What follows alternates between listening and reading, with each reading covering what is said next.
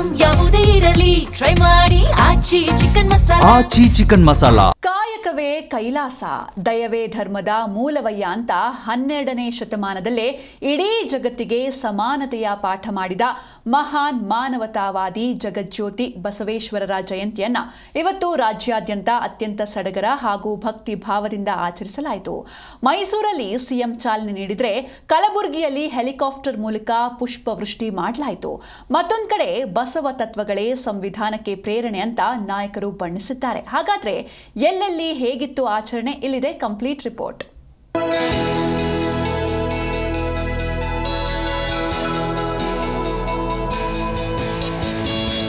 ಕಾಯಕವೇ ಕೈಲಾಸ, ಅಯ್ಯ ಎಂದರೆ ಸ್ವರ್ಗ ಎನ್ನುವ ಮೂಲಕ 12ನೇ ಶತಮಾನದಲ್ಲೇ ಜಗತ್ತಿಗೆ ಸಮಾನತೆಯ ಪಾಠ ಮಾಡಿದ ಸಾಂಸ್ಕೃತಿಕ ನಾಯಕ ಜಗಜ್ಯೋತಿ ಬಸವೇಶ್ವರರ 893ನೇ ಜಯಂತಿಯನ್ನ ಇಂದು ನಾಡಿನಾದ್ಯಂತ ಸಡಗರ, ಸಂಭ್ರಮ ಹಾಗೂ ಭಕ್ತಿ ಭಾವಗಳಿಂದ ಆಚರಿಸಲಾಯಿತು. ಉತ್ತರ ಕರ್ನಾಟಕದಲ್ಲಂತೂ ಬಸವ ಜಯಂತಿಯ ಕಳೆ ಮುಗಿಲು ಮುಟ್ಟಿತ್ತು.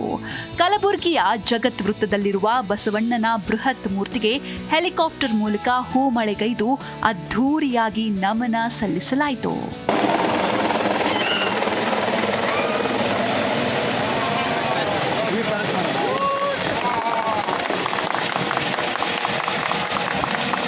ಇನ್ನು ಗದಗದಲ್ಲಿ ತೋಂಟದ ಡಾಕ್ಟರ್ ಸಿದ್ದರಾಮ ಶ್ರೀಗಳ ನೇತೃತ್ವದಲ್ಲಿ ಬಸವಾದಿ ಶರಣರ ಭಾವಚಿತ್ರಗಳ ಭವ್ಯ ಮೆರವಣಿಗೆ ನಡೆಯಿತು.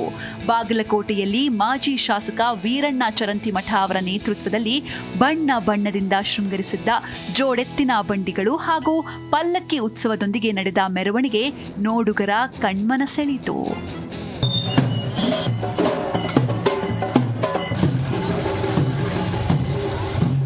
ಬರೀ ಮೆರವಣಿಗೆ ಪೂಜೆಗಷ್ಟೇ ಸೀಮಿತವಾಗದೆ ದಾವಣಗೆರೆಯ ಹೆಬ್ಬಾಳು ಗ್ರಾಮದ ವಿರಕ್ತ ಮಠದಲ್ಲಿ ಬಸವ ಜಯಂತಿ ಅಂಗವಾಗಿ ಸಾಮೂಹಿಕ ವಿವಾಹ ಏರ್ಪಡಿಸುವ ಮೂಲಕ ಮಹಾಂತ ರುದ್ರೇಶ್ವರ ಸ್ವಾಮೀಜಿ ಹಾಗೂ ಶಾಸಕ ಬಸವಂತಪ್ಪ ಸಮಾಜಮುಖಿ ಸಂದೇಶ ಸಾರಿದರು.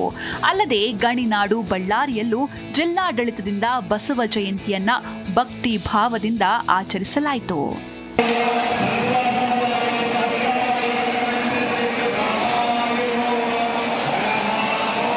ಮಂಡ್ಯ ಜಿಲ್ಲೆಯಲ್ಲೂ ಕೂಡ ಜಗಜ್ಯೋತಿ ಬಸವೇಶ್ವರರ ಜಯಂತಿಯನ್ನ ಅದ್ಧೂರಿಯಾಗಿ ಆಚರಿಸಲಾಯಿತು.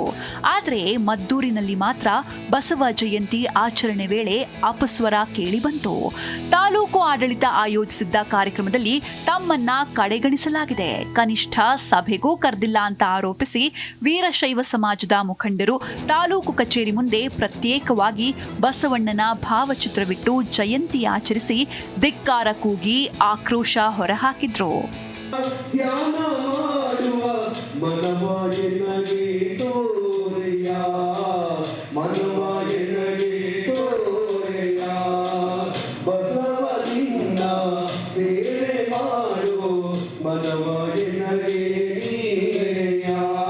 ಬಸವ ಜಯಂತಿ ಕೇವಲ ಆಚರಣೆಯಾಗದೆ ನಾಯಕರ ವೈಚಾರಿಕ ಸಂದೇಶಗಳಿಗೂ ವೇದಿಕೆ ಆಯಿತು.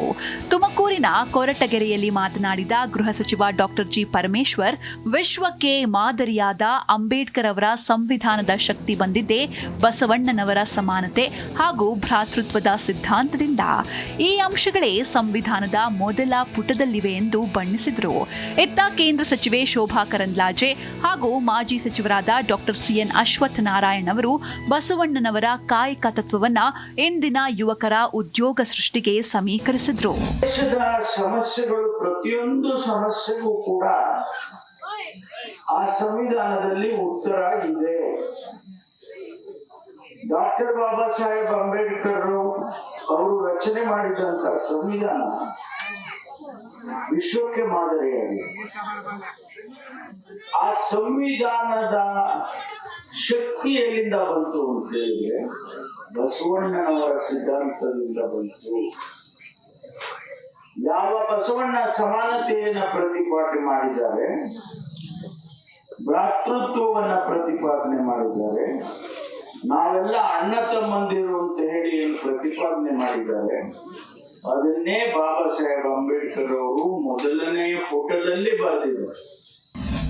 ಬಸವ ಜಯಂತಿಯನ್ನ ಒಂದು ಕಾಯಕವೇ ಕೈಲಾಸ ದಿನವಾಗಿ ಒಂದು ಯುವೋತ್ಸವ ಕಾರ್ಯಕ್ರಮವನ್ನು ಹಮ್ಮಿಕೊಂಡು ಯುವಕರಿಗೆ ಒಂದು ಸಬಲೀಕರಣ ಅಂದರೆ ಉದ್ಯೋಗದಾತರನ್ನಾಗಿ ಮಾಡೋಕ್ಕೆ, ಉದ್ಯೋಗ ಪಡೀಲಿಕ್ಕೆ, ಮತ್ತು ಯಾವ ರೀತಿ ಶಿಕ್ಷಣ ಸೂಕ್ತ ಮತ್ತು ಫೈನಾನ್ಷಿಯಲ್ ಇನ್ಕ್ಲೂಷನ್ ಮತ್ತು ಕೌಶಲ್ಯತೆ ಇವನ್ನೆಲ್ಲ ಕೊಟ್ಟು ಯುವಕರ ಶಕ್ತಿ ತುಂಬುವಂಥದ್ದು.